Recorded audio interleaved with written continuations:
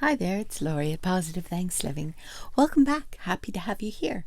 Today I'm showing you the last cascading thing with a twist. Yep, they twist.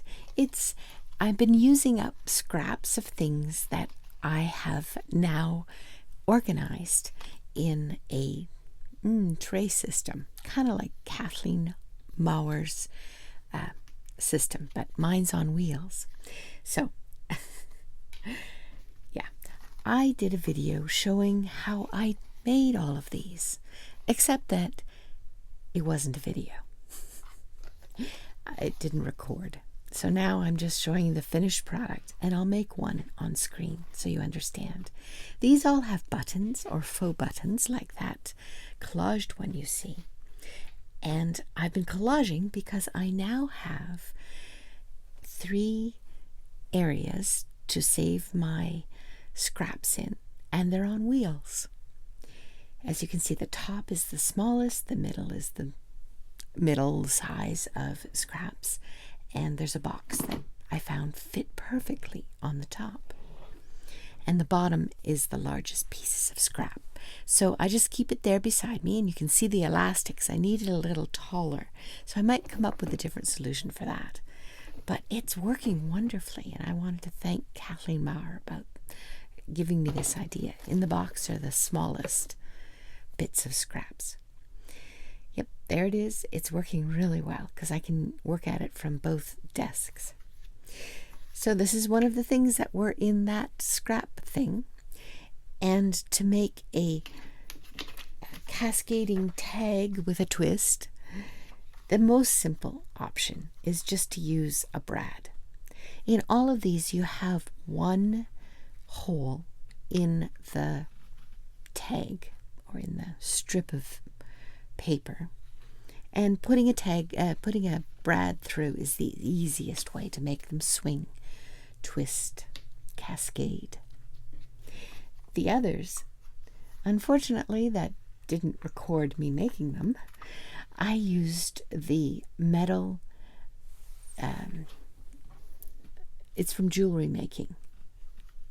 That one I used, the second one I used with twine.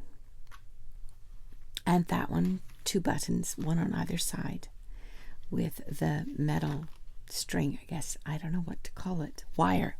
It's wire. And having just one hole in the middle, but 2 holes on the outside edges, the buttons, or what you'll see me do here. This is my grandmother's button box, my Omi. She was German. That box is from Germany. I remember it as a child.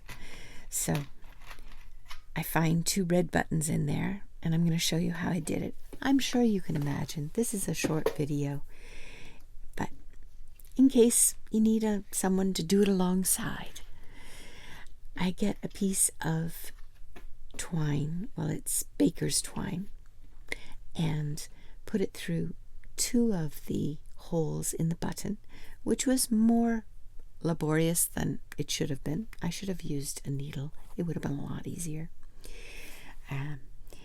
And then putting both sides of the string, I tie it onto the button, and then using both sides of the string, both ends of the string, yes, through the one hole to the opposite side. So all 3 are in line. They have the hole through them, and both of the strings go through the middle hole. I won't tell you how long I struggled to get that hole. I could have just gotten up and gotten a needle. That would have been much more efficient. But I didn't. By that point, I was so frustrated with the fact that the video hadn't recorded the initial video. Yeah.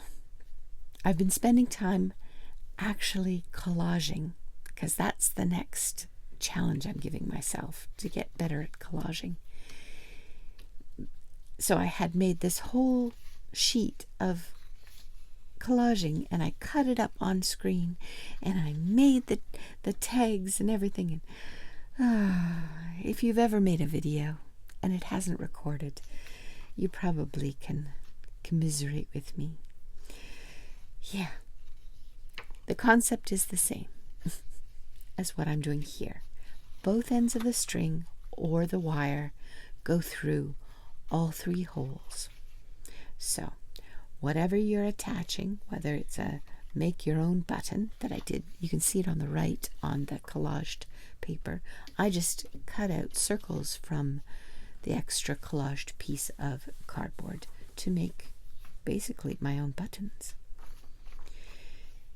And so you don't need any of these tools. All you would need is wire or string or floss or twine, and you could even cut your own circle out, and you can attach it that way and make them swing, cascade.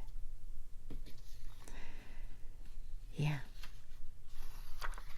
And getting them both through that smaller hole was a little challenging also, because of course the twine unravels. But I make it happen. It works. And then the other button on the opposite side. Now I tie a knot once both ends of the twine are through. I tie a knot, and I don't know how much good the knot really does, but what it does is makes the swinging less wonky or loose. Yeah, it tightens the swing of the tags. And then yes, putting one side of the twine through one hole and the other side of the twine through the second hole, and securing it once they're both through with a knot. And then the twine can hang down just like the beaded wire that you saw on the others hangs down. So that's what I've been up to. Next week I'm going to start with something new. We're concluding our cascading elements at this point. I'm sure there's more to do. Actually, there was a really cool one that I saw on Instagram, but nope, I decided at the end of February, that's it for the cascading elements, and we're going to move on to something new in March. So tying it not terribly tight, but still very secure. You want it to be able to swing the 3 items, and I'm sure you could put more than 3 items. For some reason, I only put 3. There were only 3 pieces of paper that were scraps in my scraps on wheels. I have to think of the name of that thing.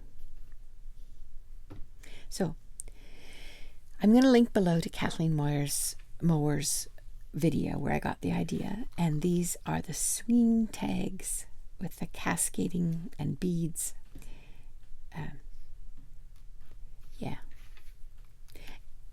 That were left over, the scraps that were left over in my collaging tray. Take care. It's Laurie at Positive Thanks Living, and I pray that you're well. I look forward to seeing you next week with a little bit longer video. Bye for now.